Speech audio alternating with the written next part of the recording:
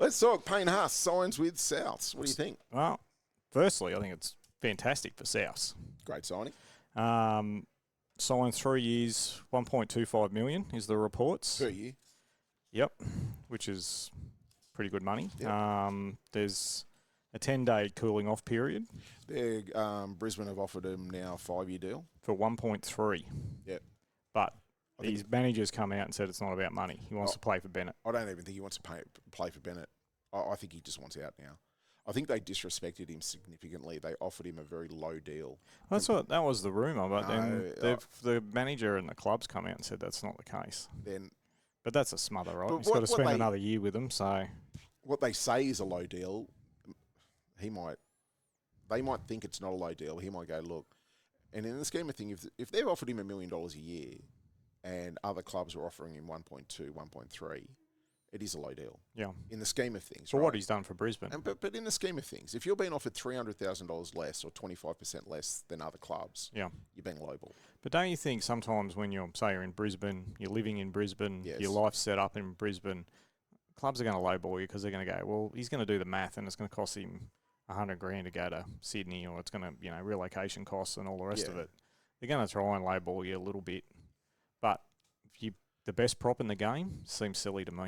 I think if you're going to lowball someone, you have to have a conversation with their manager and talk about, look, we want to offer you less on the provision because we believe, one, you set up here, this, et cetera, we can buy X amount of players that will contribute as well, and also to beyond the rugby league, we can do A, B, and C, right? But with Payne, and no disrespect to him, he's not going to have a media career.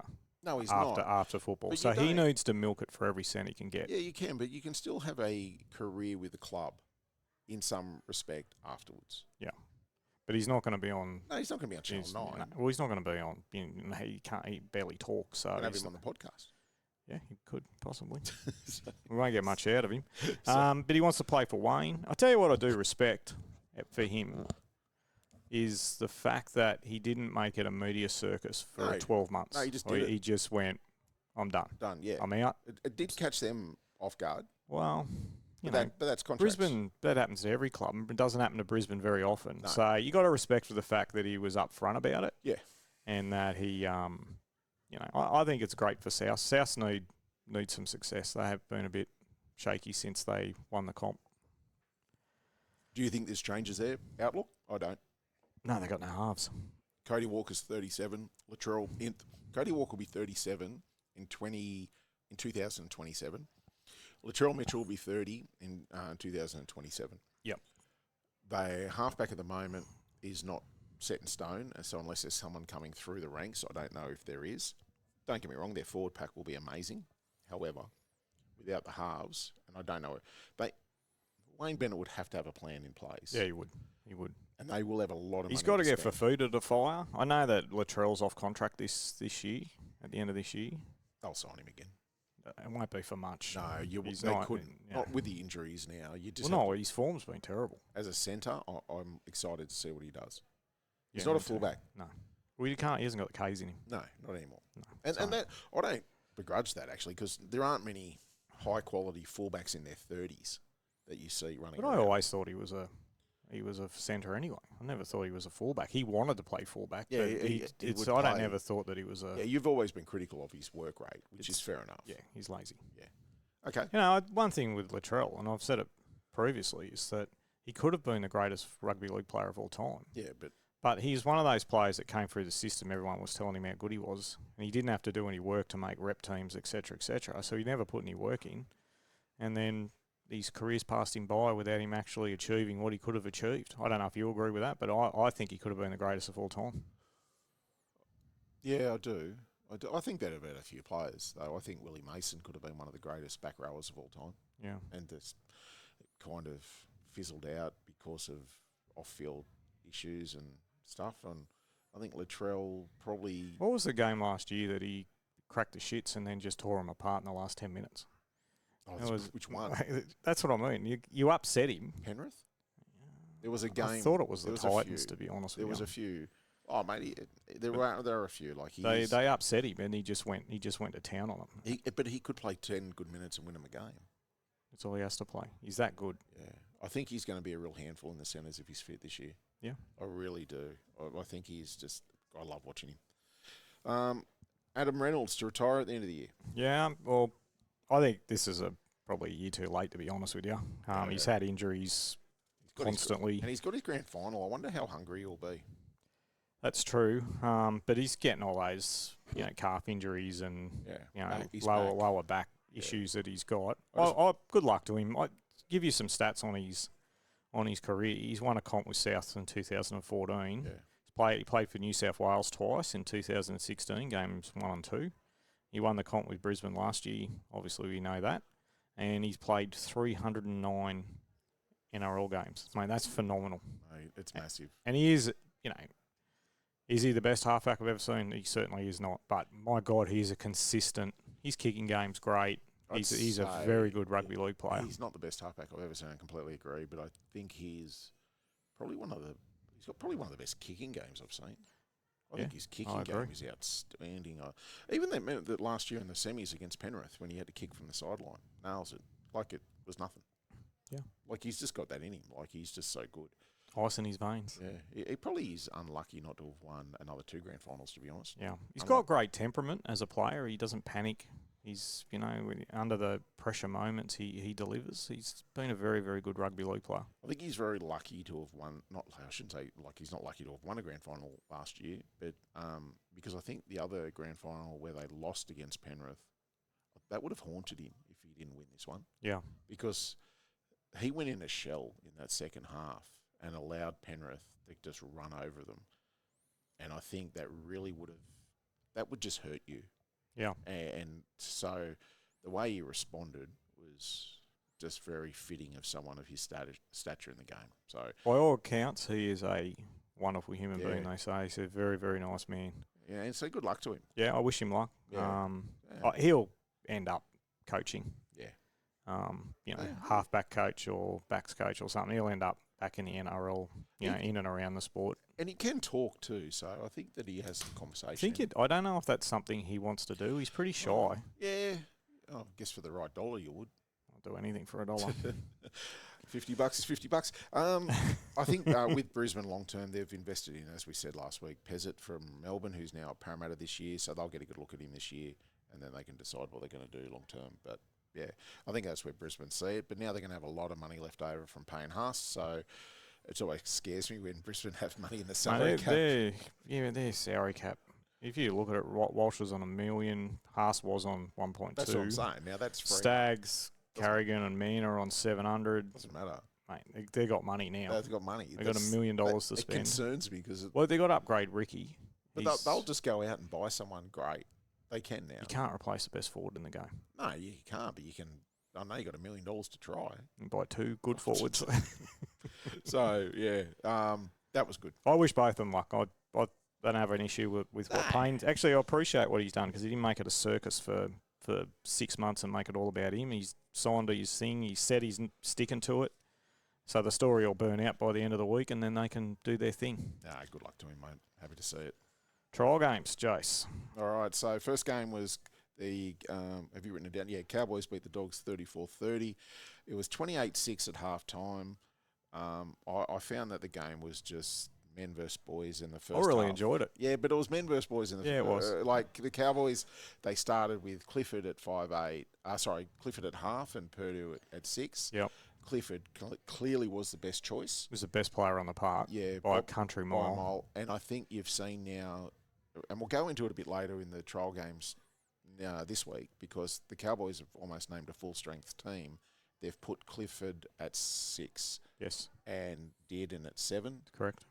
So Purdue is back in the centres. So Todd Payton, I think, was wanting Purdue to give him a shot at 5'8". I think he's realised Clifford's definitely Did you notice a young man by the name of Mason Barber in that game? The name I've written here, who had a try, 10 runs, 100 metres, 1 tackle bust, 1 line break. Tell you what, Drinkwater better get his ass in a gear because he's really going to struggle. He is the future of that club, mate. I know he had an ACL last year, I think. He didn't play last year, but do you see how big and strong he is for a fullback? And he's got the way that he brought himself into the line, mate, he's showing maturity above his years.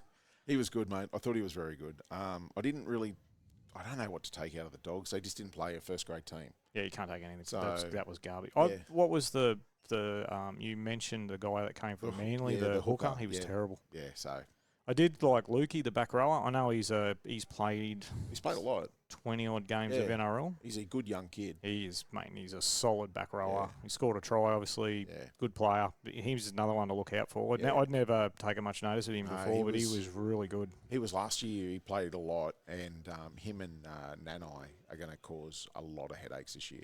Yeah, the only thing you could say from that, if you want to take a little bit of form out of that, their defence wasn't up to scratch. But you can't take anything out of a trial game. You'll get more out of it this week because they've got a full strength team. I think the next game's more interesting. Yeah. The Dragons beat the Knights 28-18, Jace. So it was 12-all at the half. Dragons won 28-18. So for me, it was all about Cade Reid. What's Kyle do, mate? What happens there? So Cade Reid is the Dragons, I guess, backup now, 6 or 7. Yeah.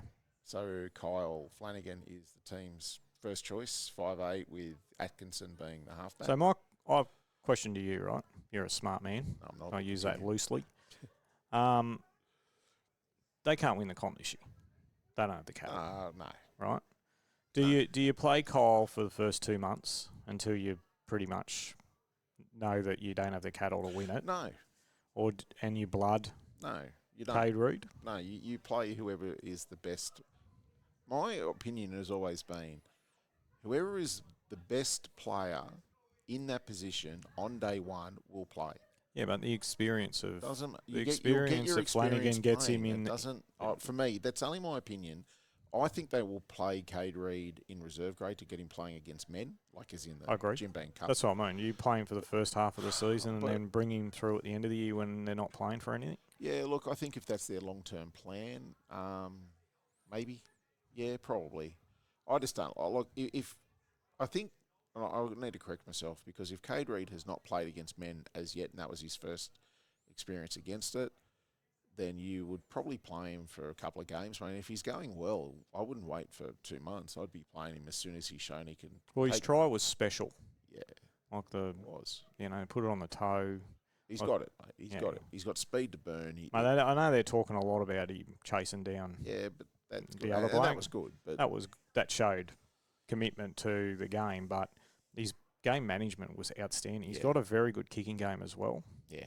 I wouldn't be wasting the year with him in reserve grade. No, you wouldn't. That's what I mean.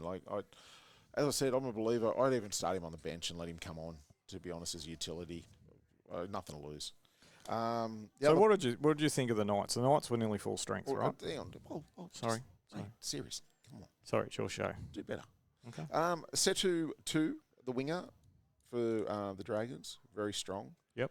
Big talk about him, and we'll do some Supercoach stuff in another show, maybe a bit later, closer to. But from a Supercoach point of view, I think 99% of people will have him in their team. He had 10 runs, 168 metres, so he seems to be a very strong and a big winger, which is and has got speed. Terrell Sloan too, 9 tackle busts. He had a good game. Yeah, he did. So that's good signs for them.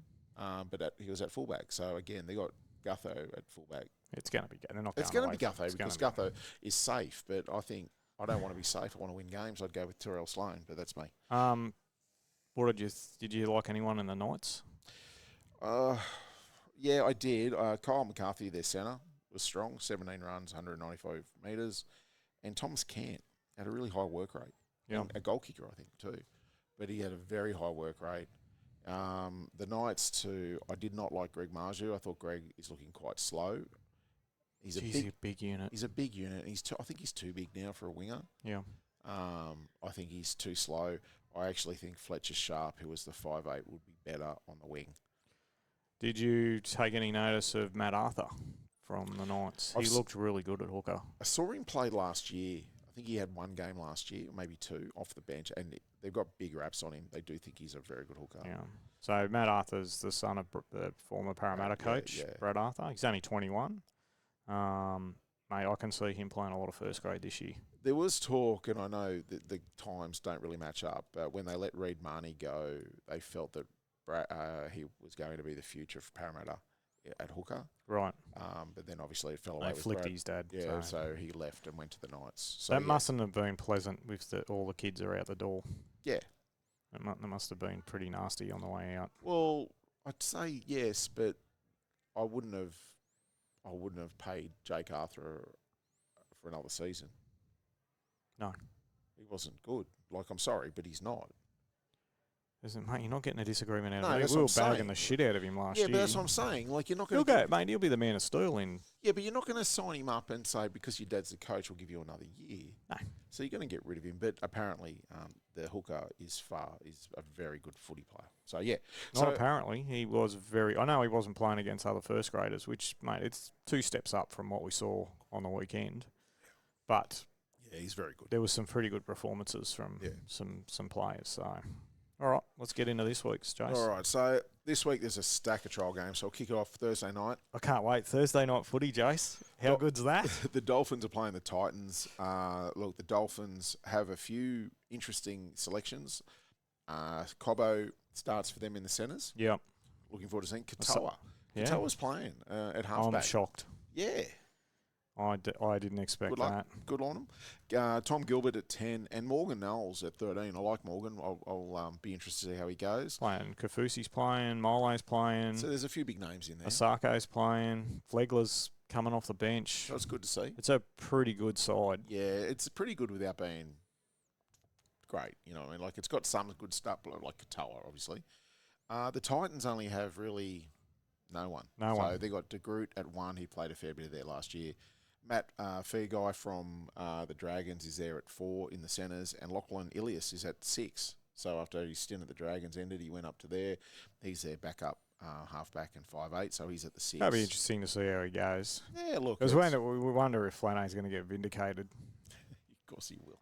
So, you know. But, look.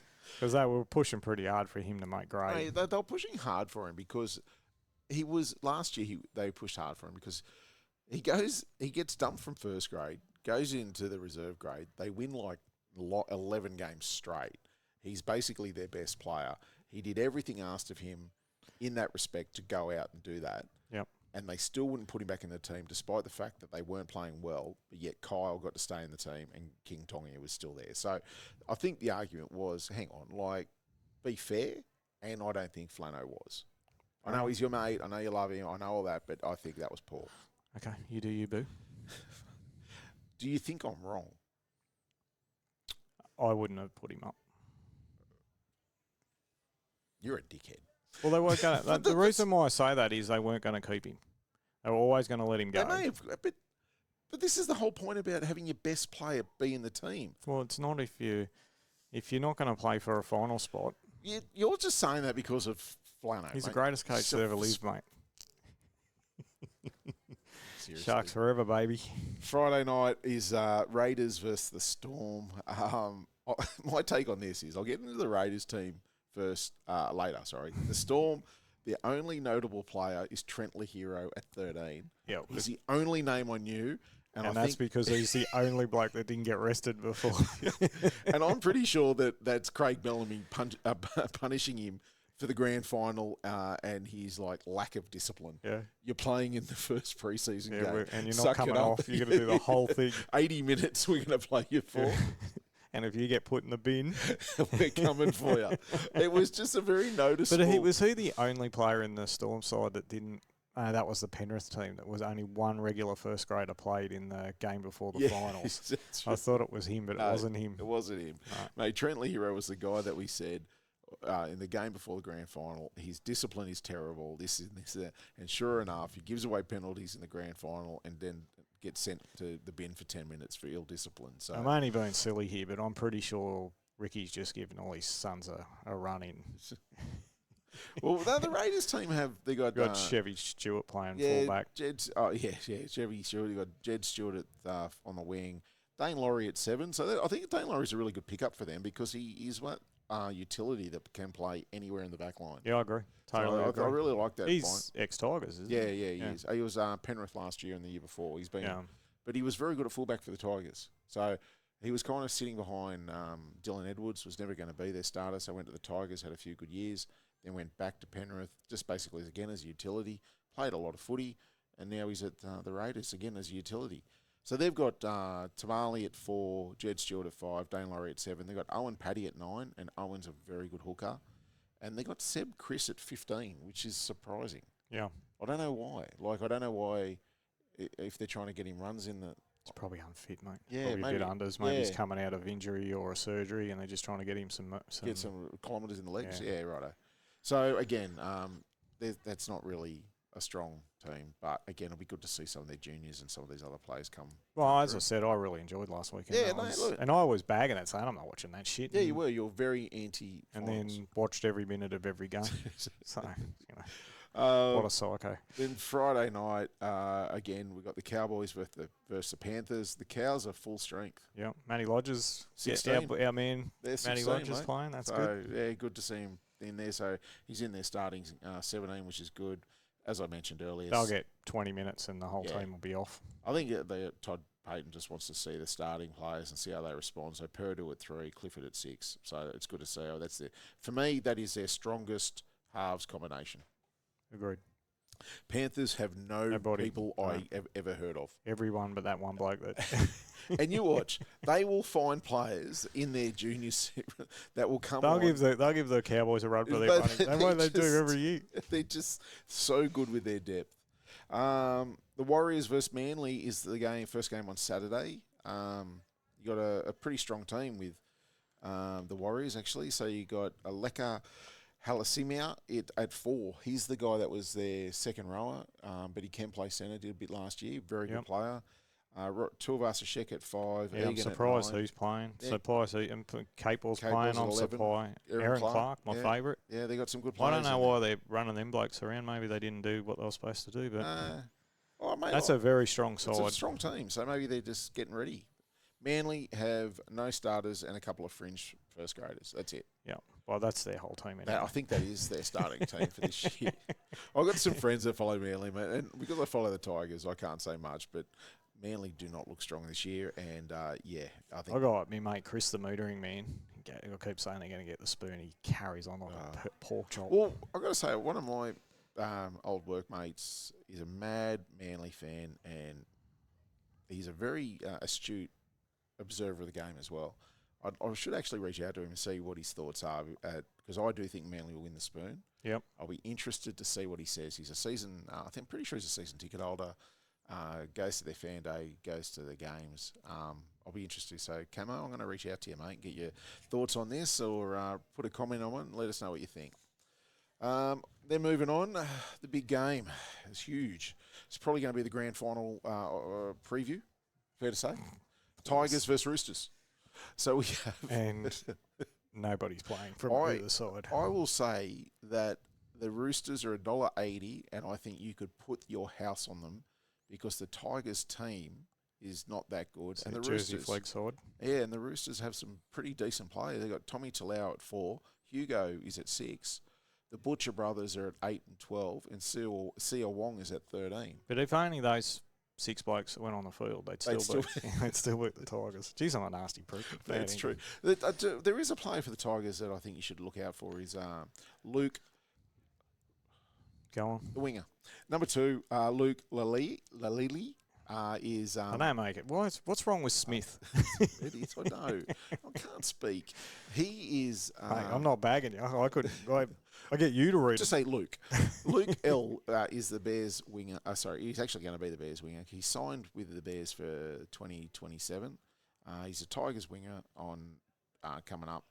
He's only young. He's quite raw, but he's a very good footy player. So I'm looking forward to seeing him. I think he'll spend a lot of time in first grade this year.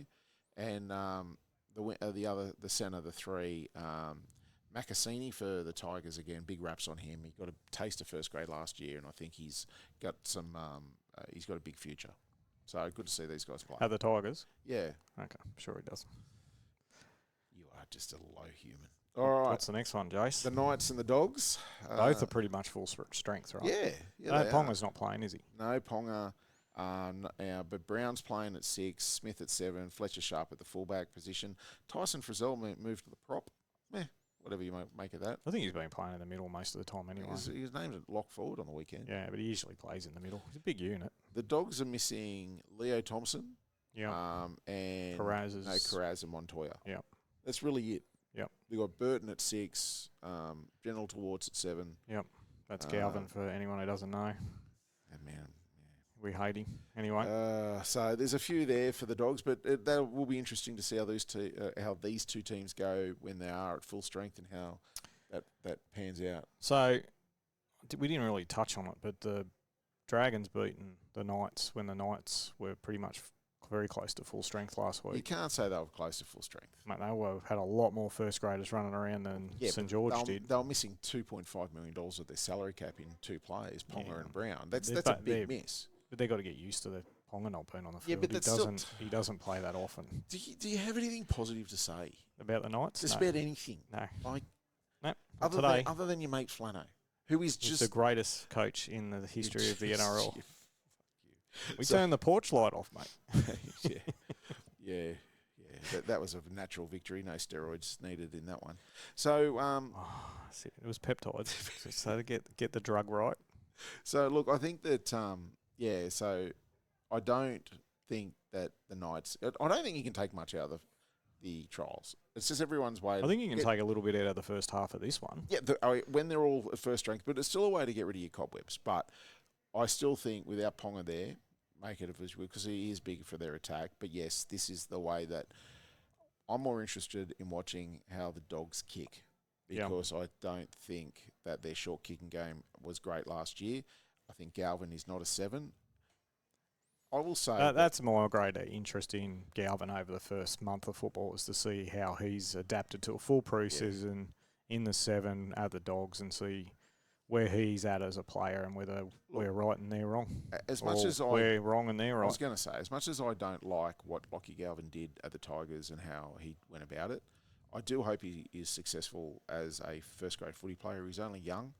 I do think that... You don't mean that. I do. Don't bring this podcast into that realm. I do. I don't want to see someone miserably fail. I want to see the Dogs fail because I think that they were very unhanded in this, and I hate Gus Gould.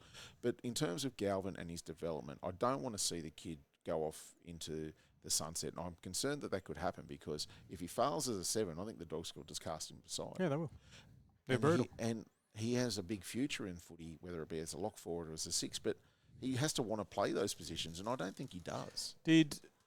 What's that halfback they were talking about? He didn't play on the weekend, did he? No. Woods. Yeah. Matt Woods. Yeah, I was hoping to see him on the weekend, but Mate, they were saying that don't be surprised if he is 7 and Galvin 6 by the start of the season, but hasn't. They got Burton at 6. Some people are saying Burton may not even be there by the trades by the week 6. No, right. June 30. June 30. They're saying that don't be surprised if Burton's not there anymore, which just is bizarre. But I don't know why you get rid of a player of his calibre. It just is, Makes 0 sense to me. But in saying that, you can't have Burton, Crichton in your centres because that's your salary cap tied up in 2 centres, which is ridiculous. So you do need to have Burton at 6. Now, this will come down to whether Galvin can actually be a 7, an effective 7. Or a 6 and Woods comes in and... That's it. And if they do that, they're not going to have 2 point... It's a lot of question marks because Haywood, he's an issue. He's starting at 9. So we're going to see if they've progressed in the off-season, where they're at. So who knows? Move on, Jace. Yeah, who knows? We know. We're the experts. Yep. All right, so the Dragons are the game after that. Is this the Charity Shield? Yeah, the old Charity Shield. But they're not calling it that anymore? I don't think so, mate. Well, that's a shame. Oh, is it? Okay. That's Well, it's history, mate. You can't just turn it off. I don't care. Roger that. So we've got the Dragons versus Bunnies. The Bunnies have an interesting number 1, Matt Duffy, or Dufty, as you say. Old Dragons flyer. Is he the pest? Yeah. I'm trying to word it. He was a very good rugby league player. Yeah. Had some exceptional games where he was man of the match, showed flashes of brilliance, but from all accounts, he was a terrible teammate. Yeah. So he went to England, and now he's back playing fullback for the Bunnies. There is no real other first graders in that team. Yeah, and the Dragons are nearly their first grade side. Yeah, so although Kyle's playing and say everything's good. King Tongia, is that? Atkinson is 7. Oh, that's right. I tell you, one of the players people should watch is Leilua at 11. There are reports that he has dropped a crap load of weight and has never been as fit. He, at his best, is probably, I would rate him as one of the best ball-playing back rowers in the game. Yep. I do rate him highly. If he's fit and firing, that will do the Dragons a great service. Any other games? Yes, there are. There's one more. Sunday night. Oh, God. Awesome. The Sharks versus the Eels. What a great game this will be. So we've got... Everyone cancel your plans. This is nearly the game of the year. It's funny, though. The Sharks have only named Stone Street as their most notable backline player on the wing. Yeah, got no spine at all. But they've named almost their full strength. Yeah. Hazelton, Rudolph, Talakai, Burns, Ueli and Burns. So that's a decent... That's a pretty good pack. Yeah. Not obviously your best, but still decent. And you're playing the Eels that have mostly a first-grade team without Moses.